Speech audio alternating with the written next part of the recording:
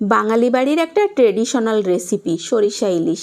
ইলিশ মাছ বাড়িতে আনলেই বাঙালি ঘরের বউরা মাথায় প্রথমে সরিষা ইলিশটাকেই নিয়ে আসে, আর সবাই খেতেও কিন্তু অনেক বেশি পছন্দ করে। সরিষা ইলিশের সাথে বলা যায় বাঙালির আবেগ মিশে আছে। আমিও আজকে সরিষা ইলিশ বানাবো।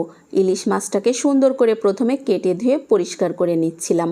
সরিষা ইলিশের ছোট ছোট ক্লিপগুলো দেখে অনেকেই আমার ফুল রেসিপিটা দেখতে চেয়েছিলে। তো আমি কিন্তু খুব সিম্পলভাবে সরিষা ইলিশ বানাই, আর খেতে হয় অসাধারণ। ইলিশ মাছটাকে যত বেশি মশলাপাতির সাথে মিশিয়ে রান্না করবা, ইলিশ মাছের আসল স্বাদ ততটাই কিন্তু দূরে সরে চলে যাবে।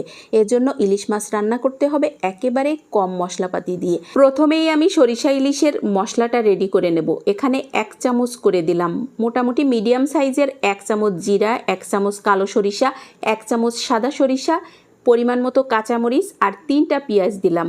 ঝালটা আসলে যে যার মতো খায়, এজন্য ঝালটা যে যার আন্দাজে দিতে হবে।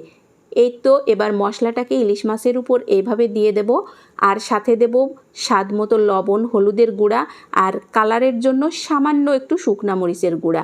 আর এখানে আমি দিয়ে দিলাম প্রায় 1/2 কাপের মতো সরিষার তেল।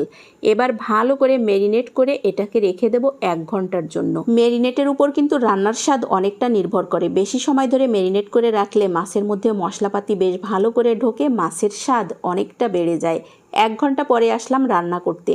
কড়াইতে শুধুমাত্র মাছগুলো দিয়ে অল্প আঁচে ঢেকে ঢেকে রান্না করলাম। মাছ থেকে যে জল বের হবে সেই জলেই কিন্তু রান্নাটা হয়ে যাবে। এই যে কয়েকবার শুধুমাত্র ওলটপালট করে দিলাম আর ঢেকে ঢেকে রান্নাটা করে নিলাম। উপর থেকে যখন এইভাবে তেল ছেড়ে আসলো, তখন রান্নাটা আসলে কমপ্লিট হলো। আর শেষে একেবারে শেষের দিকে এসে কয়েকটা কাঁচামরিচ আর উপর থেকে সামান্য সরিষার তেল দিয়ে দিলাম। এই যে 1/2 চামচের মতো, একটু কাঁচা কাঁচা ফ্লেভার আসবে তার জন্য। আবার ঢাকা দিয়ে প্রায় 2 মিনিটের মতো একেবারে দমে রেখে এই যে নামিয়ে নিলাম।